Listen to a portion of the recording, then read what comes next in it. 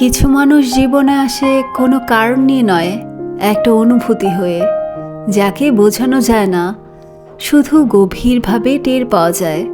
ঠিক তেমনই কিছু অধ্যায় হয়তো আজ আমাদের জন্য অপেক্ষা করছে। হ্যালো বন্ধুরা, আমি রোকসানা, আর তোমরা আছো রোকসানাস লাইফ ক্যানভাসের নীরব ভালোবাসার গল্প ঘরে। আজ শোনাবো সালমা চৌধুরীর লেখা আমৃত্যু ভালোবাসিতকে উপন্যাসের 41তম পর্ব। চলো আজকের অনুভূতিটুকু মন খুলে গ্রহণ করি। পর্ব নাম্বার 41।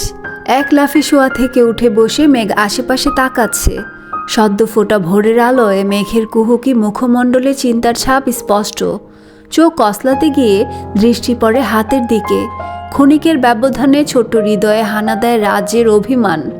গতকাল সকালটা কত মিষ্টি ছিল, আবিরের সঙ্গে ঘুম ভেঙেছিল, অথচ আজ অষ্টদশী হৃদয়ে পোষা ভালোবাসার অনুভূতিগুলো অভিসঙ্গে রূপ নিয়েছে। মেঘ অভিমানী কণ্ঠে বলে, ওনাকে বলে দিস বাসায় ফিরলে সবার সঙ্গেই ফিরবো, আমি এখন ঘুমাবো, আমায় আর ডাকবি না। কথাটা বলে মেঘ গায়ে লেপ জড়িয়ে শুয়ে পড়েছে। মিম বোনের কথা মতো নিচে গিয়ে সবাইকে জানিয়ে দিয়েছে। একে একে আম্মু, বড় আম্মু, কাকিয়া সবাই ডেকেছে, কিন্তু মেঘের জেদের কাছে সকলকেই হার মানতে বাধ্য হয়েছে। তানভীর শীতল কণ্ঠে আবিরকে বলল, বনু যেহেতু এখন যেতে চাচ্ছে না, জোর করে নেওয়ার চেয়ে পরে আমাদের সঙ্গে নিলে ভালো হতো না? আবির গম্ভীর কণ্ঠে বলল, ওকে রেখে যাওয়ার রিস্ক আমি নিব না। আমি আছি তো, মালার সঙ্গে কথা বলার সুযোগই দিব না, চোখে চোখে রাখবো বনুকে। কিভাবে ভরসা করব বল? নিজেকেই তো ভরসা করতে পারছি না। তোর বোন যেন কষ্ট না পায় তার জন্য যতটা সম্ভব সময় দিয়েছি, আশেপাশে থেকেছি, এমনকি 12 বছর পর ওর জন্যই মেহেদি ছুঁয়েছি। এত কিছু করেও তো তোর বোনের মুখের হাসি ধরে রাখতে পারলাম না। বোনও এমনিতেই তোমার ওপর রেগে আছে, ওর মনের বিরুদ্ধে জোর করে নিয়ে গেলে যদি আরও বেশি রেগে যায়। আবির নিশ্চুপ। মেঘকে নিয়ে দুশ্চিন্তা আবিরের মনেও ঘুরপাক খাচ্ছে।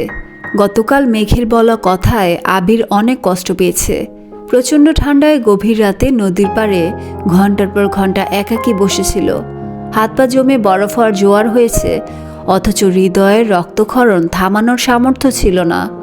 শেষ রাতে বাড়ি ফিরে কিছুক্ষণ রেস্ট নিয়েই রেডি হয়েছে। বাবা কাকার মামাদের গতকাল রাতেই জানিয়ে দিয়েছিল আবির ঢাকা ফিরবে বলে।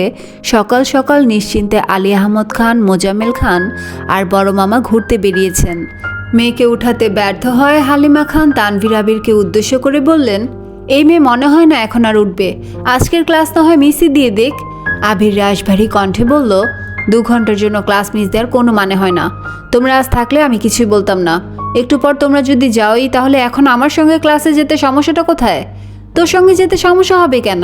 ঠান্ডার মধ্যে উঠতে হয়তো আলসি লাগছে, আমি দেখছি বলে আবির ঘর ঢুকলো। মেঘের রুমের সামনে এসে চারপাশে চোখ বুলিয়ে দেখল, আশেপাশে কেউ নেই। বিছানায় লেপ মুড়ি দিয়ে মেঘ গভীর ঘুমে মগ্ন। ধীর গতিতে রুমে ঢুকে বিছানার পাশে বসলো। ঘুমন্ত মেঘের মুখের পানে মুগ্ধ নয়নে তাকিয়ে আছে। সামনের দিকের ছোট চুলগুলো মেঘের গালে কপালে এলোমেলো হয়ে আছে। তা দেখে আবিরের ভ্রুযুগল কুঁচকে আসে।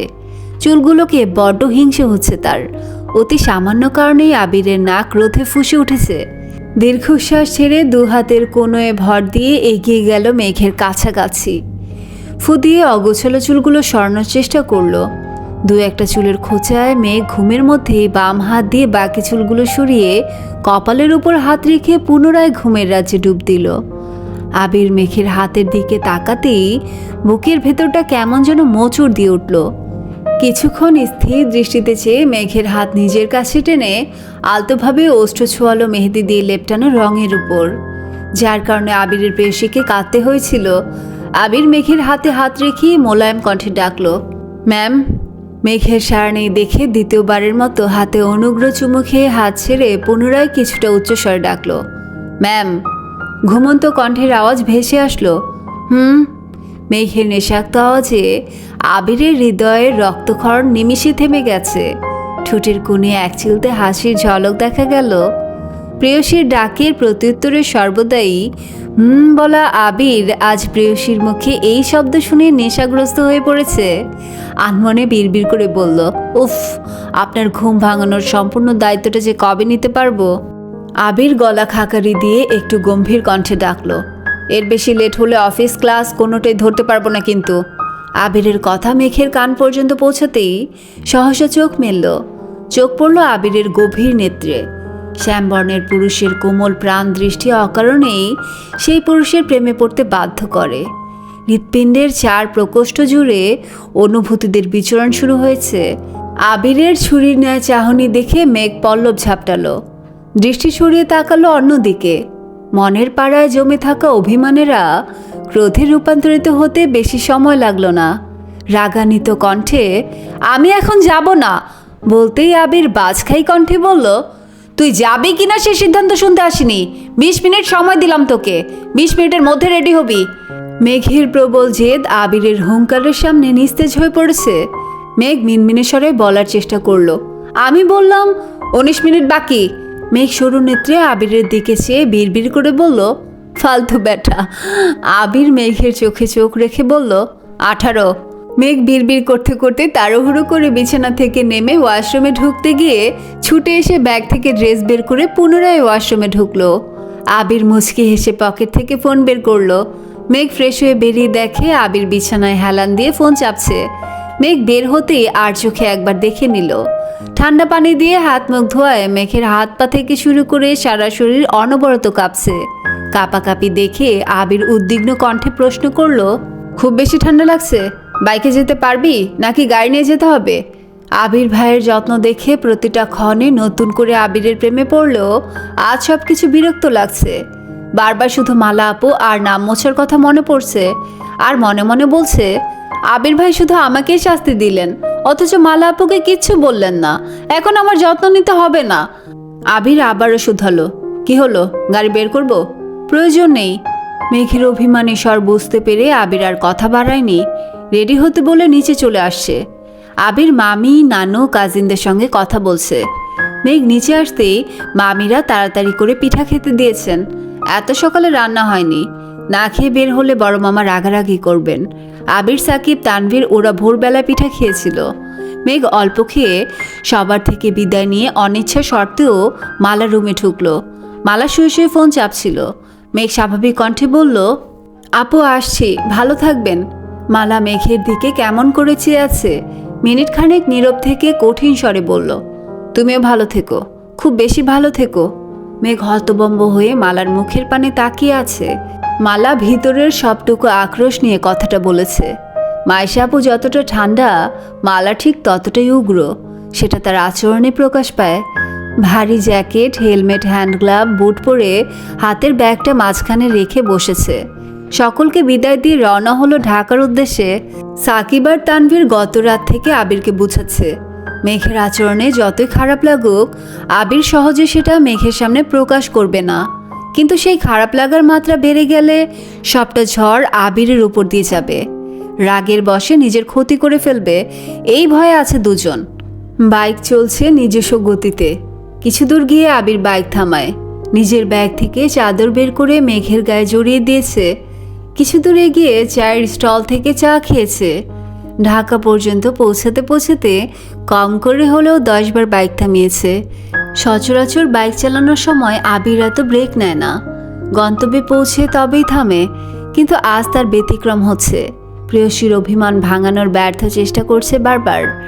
এতটা পথ একসঙ্গে এসেছে, কতবার বাইক থামিয়ে এটা সেটা কিনেছে, চা খেয়েছে, অথচ সম্পূর্ণ পথেই মেঘ নিশ্চুপ ছিল। ভুল করেও একটা বারের জন্য চোখ তুলে তাকায়নি। ভার্সিটির গেটের কাছেই বন্যা, লিজা, সাদিয়া, মিষ্টি, মিনহাজ, তামিম সকলে আড্ডা দিচ্ছিল। মেঘ তাদের দেখে আবিরকে বলল, এখানেই নামবো। আবির যথারীতি ব্রেক কষালো। মেঘ নেমে হেলমেট খুলতেই তামিম আর লিজা একসঙ্গে বলল, ওই তো মেঘ এসেছে। বাকিরাও মেঘের দিকে তাকিয়ে আছে। মেঘ ঘুরে ওদের দিকে তাকিয়ে হাসার চেষ্টা করলো, কিন্তু এই হাসিতে নেই কোনো মুগ্ধতা। মেঘ কয়েক পা এগোতেই আবির পিছু ডাকলো, ক্লাস শেষ হলে ওয়েট করিস, আমি নিতে আসবো। বাইকে হেলমেট পরা আবিরকে দেখে মিনহাজ ভ্রু কুঁচকে তামিমের দিকে তাকালো। দুজন তাকাতাকি করলো কিছুক্ষণ। তামিম বন্যাকে জিজ্ঞেস করলো, বাইকারটা কে রে বন্যা? বন্যা মুচকি হেসে বলল, যার আশিকিতে মেঘ আসক্ত। মিনহাজ, তামিম, সাদিয়া, মিষ্টি সকলে একসঙ্গে চেঁচিয়ে উঠল, হোয়াট? বন্যা ভ্রুক্ষেপহীন উত্তর দিল, এত অবাক হওয়ার কি আছে? মিনহাজ গম্ভীর কণ্ঠে শুধালো, কি হয় মেঘের? চাচাতো ভাই? আপন? হ্যাঁ। ততক্ষণে মেঘ কাছাকাছি চলে আসছে। মেঘের গোমরা মুখ দেখে সাদিয়া আহ্লাদি কণ্ঠে শুধালো, কি হয়েছে আমার জানুটার? বয়ফ্রেন্ড চলে যাচ্ছে বলে মন খারাপ? লিজা, সাদিয়া, মিষ্টি তিনজনে উচ্চস্বরে হাসছে। বন্যা মৃদু হাসছে। মেঘ বন্যার দিকে রাগে চেহারায় তাকিয়ে আছে। সাদিয়ারা হাসলেও হাসি নেই তামিম আর মিনহাজের মুখে। দুই বন্ধু বারবার চাওয়াচাওয়ি করতেছে। শুভেচ্ছা ক্লাসের দিন গেটের সামনে প্রথমবার মেঘকে দেখেই মিনহাজের ভালো লেগেছিল। অফিসে কাজ থাকায় তাড়াহুড়ো করে অফিসে চলে গিয়েছিল, বিধায় মেঘের সঙ্গে কথা বলতে পারেনি। কিছুক্ষণ পর মেঘ আর বন্যা যখন ক্লাস খুঁজতেছিল, তখন মিনহাজ মেঘকে দেখে ইচ্ছেকৃত ধাক্কা দিতে চেয়েছিল, কিন্তু মেঘ সরে যাওয়ায় ধাক্কাটা লাগেনি। তারপর সিনিয়রের ভাব নেয়া, ফাজলামো করা, বন্ধুত্ব সবটাই ছিল মিনহাজের প্ল্যান। একবার বন্ধুত্ব হয়ে গেলে সময় সুযোগ বুঝে প্রপোজ করবে, এই আশাতেই দিন গুনছিল। কিন্তু মেঘ অন্য পুরুষে আসক্ত শুনে মিনহাজের মাথায় আকাশ ভেঙে পড়েছে। শীতের সকালেও মিনহাজের শরীর বেয়ে ঘাম ছুটছে, অস্বস্তি লাগছে, শুকনো গলায় ঢোক গিলল। মেঘ ঘড়িতে টাইম দেখে সবার উদ্দেশ্যে রাগী স্বরে বলল, তোরা কি ক্লাসে যাবি নাকি আমি একাই চলে যাব? যাব বলে ওরা ক্লাসের উদ্দেশ্যে রওনা দিল। মিনহাজ ধীর পায়ে হাঁটছে আর তামিমকে উদ্দেশ্য করে বলছে, আমি যে মেয়েকে ভালোবেসে ফেলেছি তার কি হবে? টেনশন করিস না, চল ক্লাস শেষ করে আসি, তারপর মেয়েকে নিয়ে বসবো।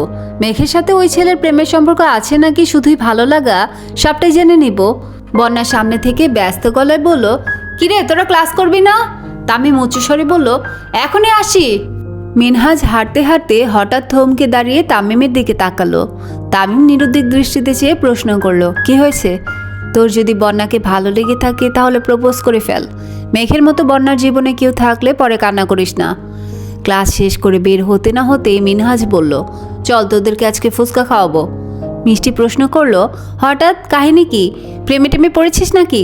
তোরা আমার বান্ধবী, তোদের খাওয়াতে কারণ লাগে নাকি? লিজা হাসতে হাসতে বলল, বান্ধবী বলেই আজ পর্যন্ত একটা চকলেটও কপালে জুটেনি। খাবি কি না বল?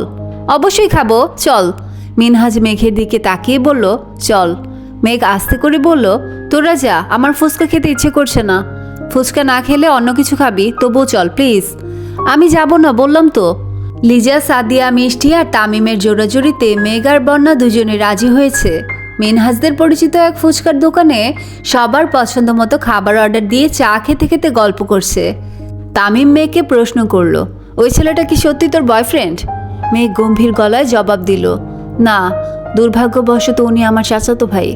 বন্যা ভ্রু কুচকে তাকিয়ে মেঘকে শুধালো, কালকে পর্যন্ত তো ওনার জন্য দেওয়ানা ছিলি, ডেতে ছবি আপলোড করলি, আজ হঠাৎ কি হলো? কিছু না। মিনহাজ ভারী গলায় প্রশ্ন করলো, তোদের কি রিলেশন চলে? না। তাহলে? মেঘ রাগে গজগজ করে বলল, একতরফা ভালোবাসা বুঝিস? আমি ওনাকে পছন্দ করি, কিন্তু উনি করেন না, এটুকুই, এর বেশি প্রশ্ন করবি না।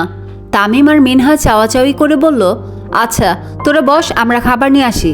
বন্যা এক দৃষ্টিতে মেঘকে দেখেই যাচ্ছে, একবারের জন্য পলক ফেলছে না। মেঘ চিবুক নামিয়ে বসে আছে।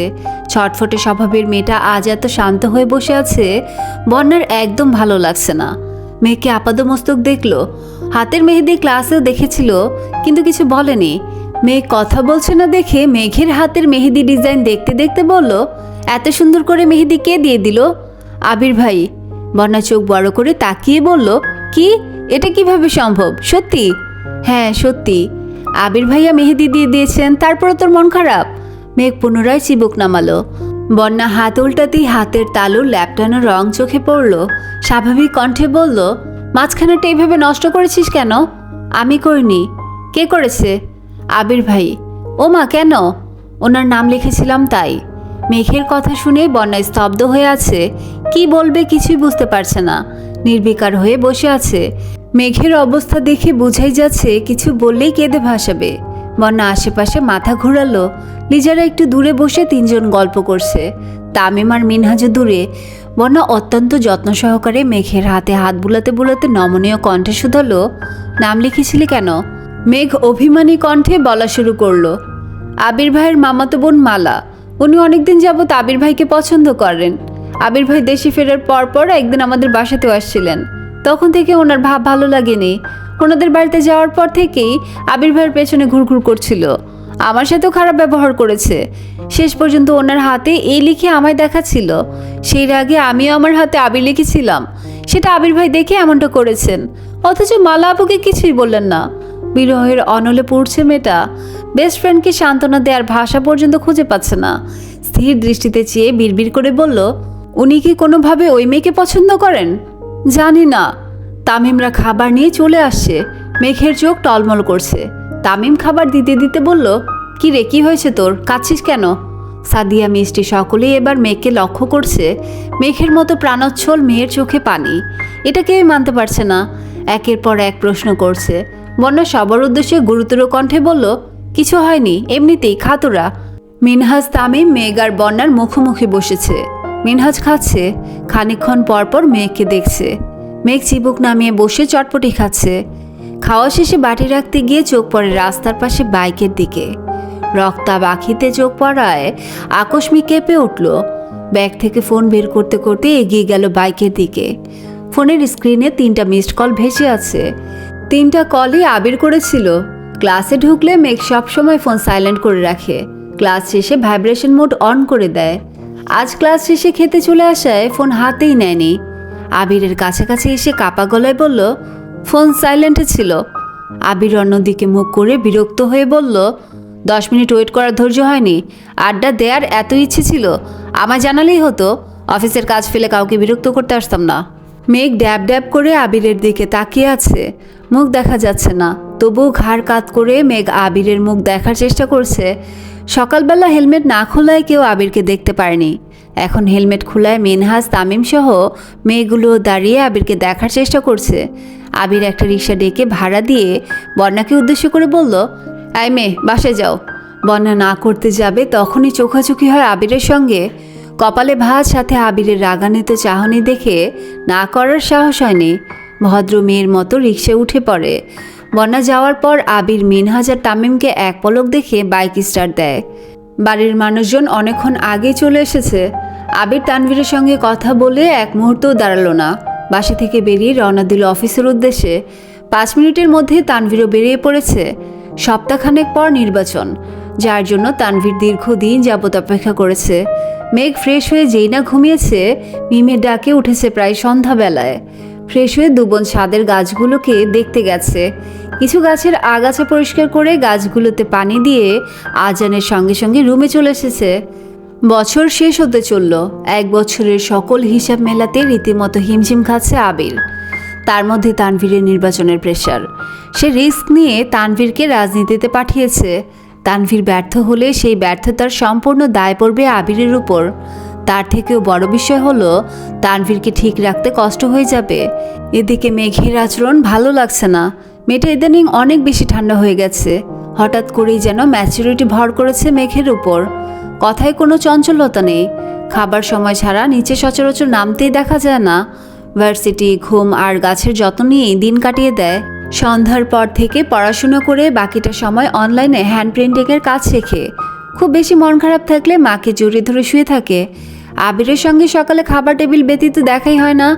আবিরও বাসায় ঠিকমতো সময় দিতে পারে না। সারাদিন 2 অফিস সামলে সন্ধ্যার পর বাসায় ফিরে ফ্রেশ হয়ে জিমে যায়। জিম থেকে ফিরতে প্রায় 12টা বেজে যায়। রেগুলার চলছে এই রুটিন। ভার্সিটির বন্ধুরা কেউ মেঘের ফ্রেন্ড লিস্টে অ্যাড ছিল না। স্কুল কলেজের ফ্রেন্ডরাই শুধু অ্যাড ছিল। মিনহাজ আর তামিম বলতে বলতে অ্যাড করেছে ওদেরকে, সাথে সাদিয়া মিষ্টি ওদেরকেও অ্যাড করেছে। এক বিকেলে মেঘ আর মিম 2 বোন ছাদের গাছে পানি দিতে দিতে গল্প করছিল।